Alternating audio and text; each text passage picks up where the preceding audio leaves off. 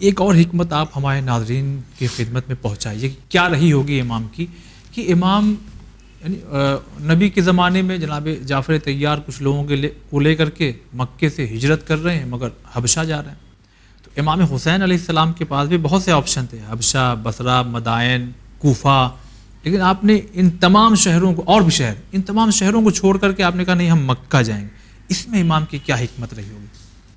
بڑا پیارا سوال ہے اور یہ بہت عظیم حکمت عملی ہے سرکار سید الشہداء امام حسین کی کہ مدینہ طیبہ سے مکہ معظمہ آئے ہیں.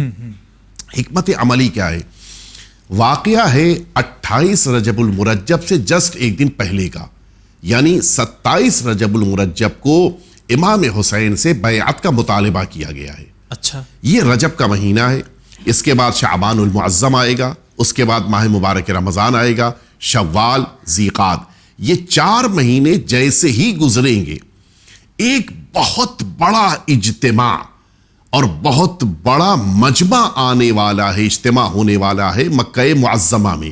اچھا، حج، وہ حج کی شکل میں ساری دنیا سے مسلمان اس مکہ معظمہ میں آئیں گے. ٹھیک. اور اس حج کے لیے اس زمان میں، آج کے دور میں تو ہوتا ہے کہ انسان 2 ہفتے پہلے بھی جائے تو حج کو انجام دے لے، اس زمانے میں لوگ عید کے بعد سے، یعنی جیسے ہی شوال کا مہینہ، ماہ رمضان المبارک کے بعد جیسے ہی شوال کا مہینہ آتا لوگ آنا شروع ہو جاتے تھے.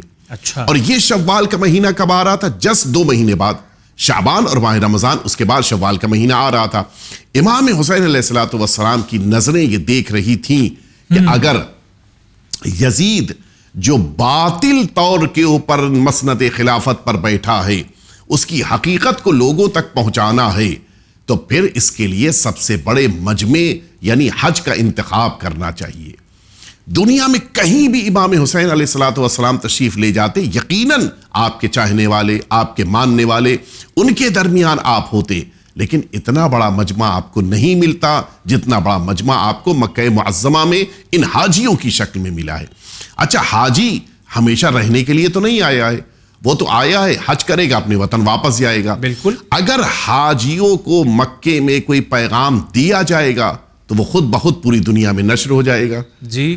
اس لیے کہ مثلا آج کے دور میں تو خیر لاکھوں کا مجمع ہوتا ہے، اس زمانے میں بھی ہزاروں کی تعداد میں مجمع تھا. یہ اگر مثلا تصور کریں کہ 5000 لوگ، مثلا کہہ رہا ہوں 5000 لوگ حج پہ ہیں، یہ 5000 لوگ کم از کم 1000 علاقوں سے تو آئے ہیں. جی. امام حسین کا پیغام خود بخود 1000 علاقوں تک پہنچ جاتا ان حاجیوں کے ذریعے سے. لہٰذا اب امام حسین علیہ السلام نے جو انتخاب کیا وہ مکہ معظمہ کا، اور نتیجہ بھی اس کا بڑا ہی پازیٹیو رہا کہ مکے میں امام حسین کے رہنے کی بنا پر آپ غور کیجئے. میں تاریخی اعتبار سے آپ کی خدمت میں عرض کروں کہ 28 رجب المرجب کو امام حسین علیہ السلام نکلے ہیں مدینہ طیبہ سے، 4 شعبان المعظم کو پہنچے ہیں مکہ معظمہ. شعبان المعظم، ماہ رمضان المبارک، اس کے بعد شوال، ذیقعد، اور یہاں تک کہ ذی الحج کی 8 تاریخ.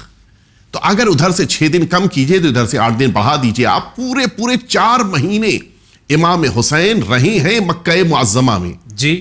لیکن امام حسین کو قتل نہیں کر سکے مکے میں. کربلا معلیٰ پہنچے ہیں، 7 دن کے اندر امام حسین کو شہید کر دیا گیا. کیوں؟ کربلا میں امام حسین کو شہید کیا جا سکتا تھا لیکن چھپ کر نہیں، عام طور پہ، لیکن مکے میں امام حسین کو قتل کرنا ہوتا تو چھپ کے امام حسین کو قتل کرنا پڑتا. اور اسی لیے مکے میں حاجیوں نے اپنے لباس میں تلواریں چھپائی ہیں تاکہ امام حسین کو قتل کریں. جنگ کی ہمت کسی میں نہیں ہے، جی، حملے کی ہمت کسی میں نہیں ہے. تو 4 مہینے تک حاکم کی مخالفت کرنے کے باوجود امام حسین کا مکے میں قیام اسی بنا پر ہے کہ مکے میں عام طور پہ قتل کرنا ممکن نہیں تھا. کربلا اگر سیدھے گئے ہوتے، کوفے سیدھے آئے ہوتے تو بڑی آسانی سے امام حسین سے مقابلہ ہوتا اور پھر نتیجے میں کربلا کا رنگ پہلے ہی تب سامنے آ جاتا. امام حسین نے 4 مہینے تک مکے میں قیام فرمایا. نہ صرف یہ کہ آپ نے لوگوں تک حقیقتوں کو پہنچایا بلکہ ساری امت کو یہ پیغام مل گیا کہ اللہ کے رسول کا نواسا حاکم وقت کو تسلیم نہیں کرتا.